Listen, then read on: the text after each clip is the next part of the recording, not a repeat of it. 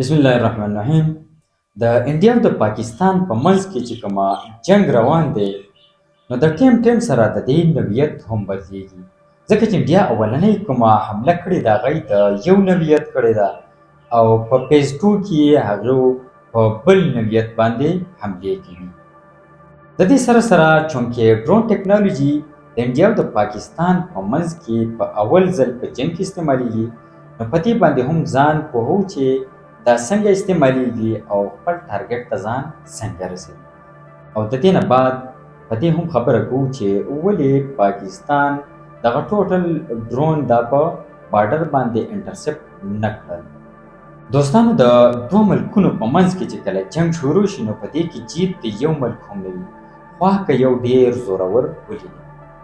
د پاکستان او د انډیا هم که په دغه نوعیت کې موږ وګورو چې حال یا یو جنگي صورتحال دی او انډیا بار په پاکستان باندې حملې کوي، او دوی دغه خپل وار ټیکټکس ټیم په ټیم باندې بدلوي هم. د دې وجوهات څه دي او څرنګه دوی دومره زر دغه خپل وار ټیکټکس بدل کړل؟ دې پوینټ ته په څو پوینټ ټاپو وګورو. اولنۍ د دوی چې کومه حمله وه، هغه د یو نوعیت وه چې د خپل سرفیس نه د پاکستان څه پوینټونه څه نشانې دای ټارګټ کړي دي، او وایي چې موږ دغه 9 نشانې د چیک کړي هم دي خپل ټارګټس. د دغې په بدله کې که موږ وګورو، نو پاکستان په دغه ټایم باندې دوی ته ډېر مضبوط ریسپانس هم ورکړی دی، او تر دې چې انټرنیشنل میډیا هم په دې باندې خبرې کوي چې د دې رافیل تیاری هم په دغه کې دا رالوېدلي دي، او د هغې چې څومره د فرانس نه چونکې دی واغستې وي، نو د رافیل چې کومه په مارکیټ کې شیرز دي د هغې کمپنۍ، هغه هم ډېر زیات رالوېدلي دي. یعنې د ټولو نه زیات نقصان دغې شپې اټیک د پاکستان ته نه، د انډیا ته نه، بلکې دی فرانس ته رسولی دی. دې ته که په بل نظر باندې موږ وګورو، نو په دغه شپه باندې دیو ته ریسپانس جواب دومره مضبوط میلاو شوی دی چې د دې نه دا اندازه لګي چې هم په هغه نوعیت باندې دیو واپس سوچ نشي کولی چې په پاکستان باندې دوباره حمله وکړي.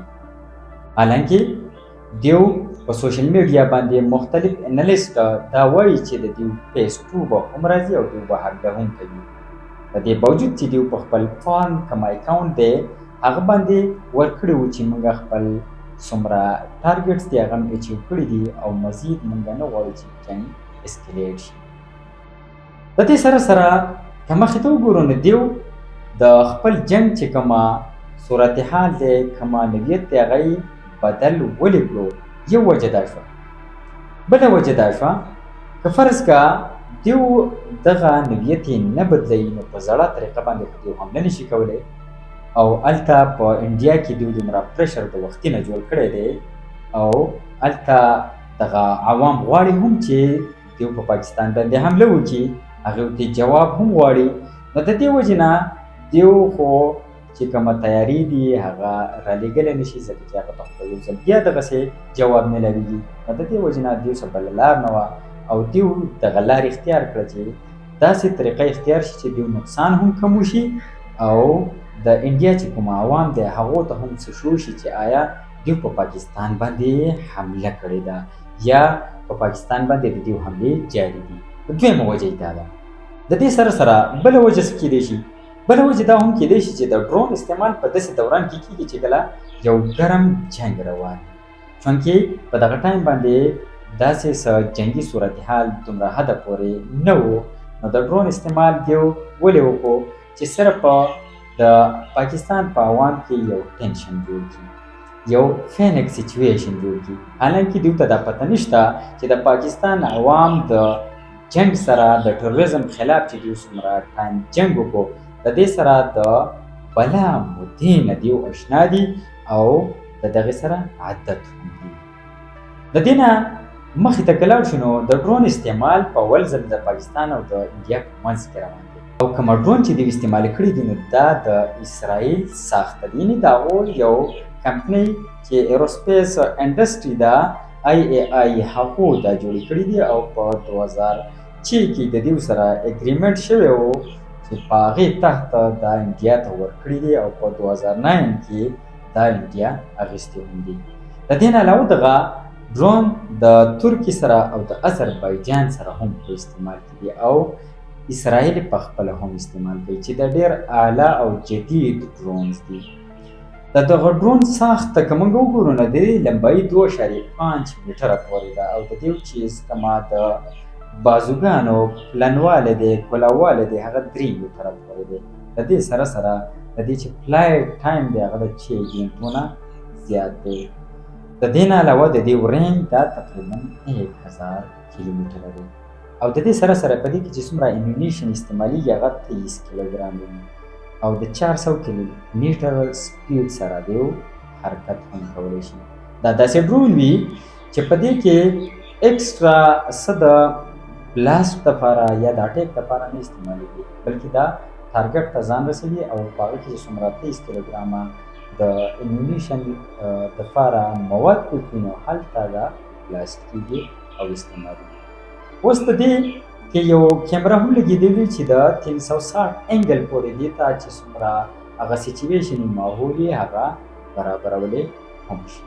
اوس د دې د اپریټ کولو طریقه کار دا دی چې دا د سټلایټ باندې اپریټ کېږي نو د دې وجې نه د دې فریکونسي دا لاک کول هم مشکل دي. دومره حده پورې دا ایډوانس سیسټم دی. د دې سره سره دیو یو ځای ته ټارګټ ته ځان څنګه رسوي؟ دا د یو ځای نه اپریټ کېږي هم چې د سټلایټ په ترو باندې اپریټ کېږي او کوم ځای ته چې دا ته سیګنل یا دې ته ګایډنس ورشي دا هلته اټومیټک هم ځان رسولی شي. د دې نه علاوه که فرض که دا څوک اپریټ کوي نه او دا یو ځای ته ولېږلی شي نو دا په دغه ځای کې په خپله هم جایزه اخلي او د هغه ماحول مطابق دا د سیګنلز نه خپل هدف معلوموي چې د کوم ځای نه ریډیو سیګنلز خورېږي هلته د هغې استعمال کېږي تګ راتګ کېږي نو هلته ځان رسوي او هلته بلاست کېږي.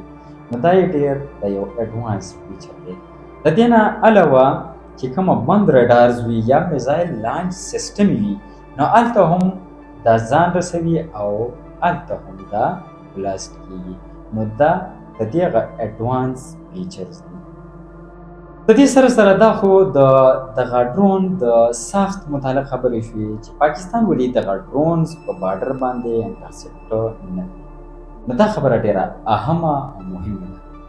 پاکستان په دغه ټایم باندې چونکې د دوران جنګ ډېرې اهمې فیصلې او ټو د پوینټ کولي نو څه ډېر وجوهات دي چې د هغې د وجې نه پاکستان په دغه ټایم باندې خپل څومره ډیفنس سیسټم دی د دې لپاره اکټیو کړی نه دی. یو خو دا چې دا دومره کمزورې او فضول وي چې د دغې لپاره رډار سیسټم دا اکټیو کول ضرورت نه و.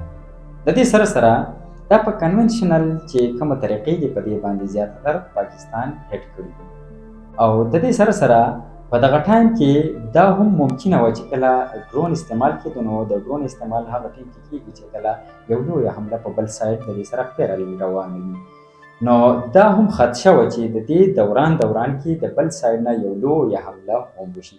نو د دې وجې نه بل طرف ته په ټول سیسټم باندې نظر ساتلو چې د کوم طرف نه دا څه غلطه قدم چت نه کړی شي.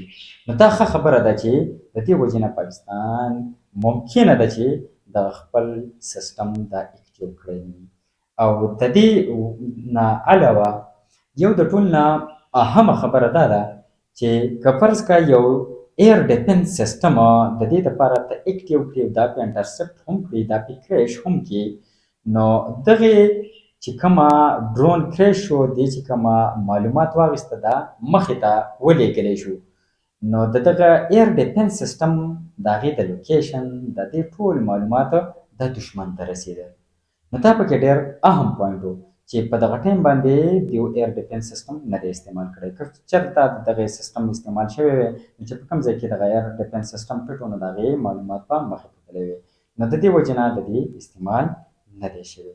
نو دا و د انډیا د ډرون د حملې متعلق هغه اهم معلومات چې د خلکو په ذهنونو کې څه ډېر سوالونه جوابونه جوړ کړي.